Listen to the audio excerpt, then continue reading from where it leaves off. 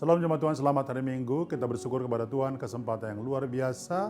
Pada minggu yang kedua bulan September ini kita diberkati oleh Tuhan. Saya percaya saudara sekalian dalam perlindungan Tuhan, dalam pertolongan Tuhan.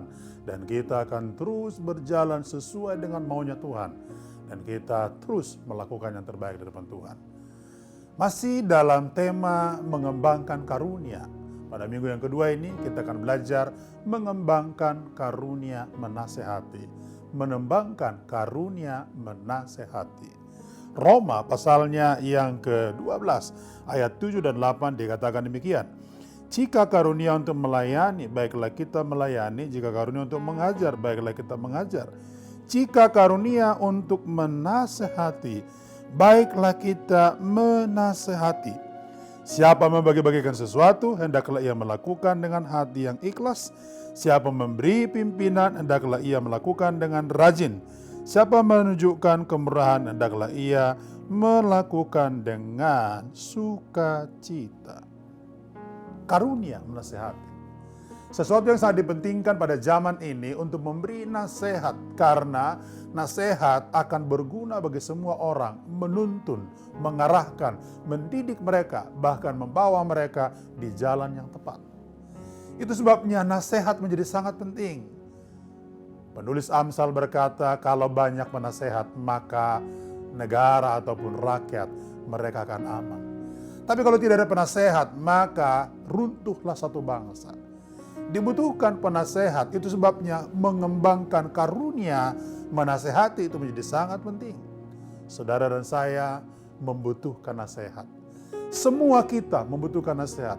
Bahkan negeri ini, bangsa ini, para pemimpin membutuhkan nasihat. Persoalannya adalah bagaimana nasihat itu mereka terima. Dan dari siapa nasihat itu mereka terima.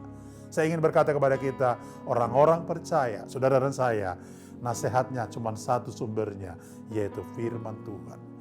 Nasihat dari firman Tuhan, itulah yang harus kita pegang. Itu sebabnya kita didorong untuk mengembangkan. Bagaimana kita mengembangkan karunia menasehati. Dua sederhana yang perlu kita pelajari.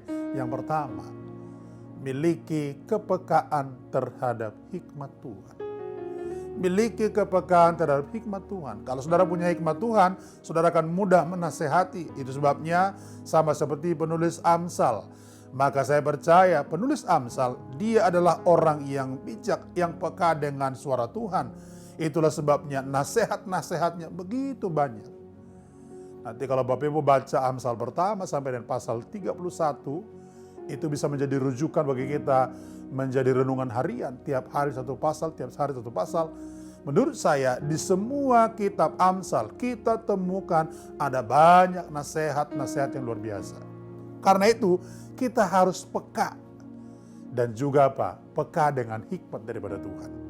Orang-orang berhikmat, mereka lah yang diberi kemampuan untuk bisa menasehati.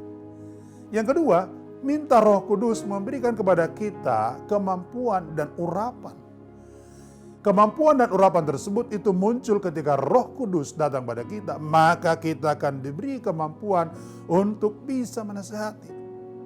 Sudah tahu, hikmat dan kuasa Roh Kudus ketika itu dua-dua dipadukan, maka seseorang menurut saya mereka akan mampu dan bisa menjadi pribadi yang bisa mengembangkan karunia menasehati.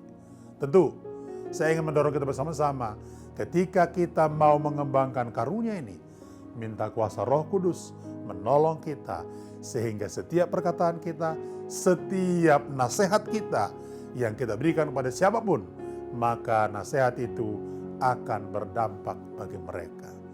Selamat hari Minggu, Tuhan memberkati.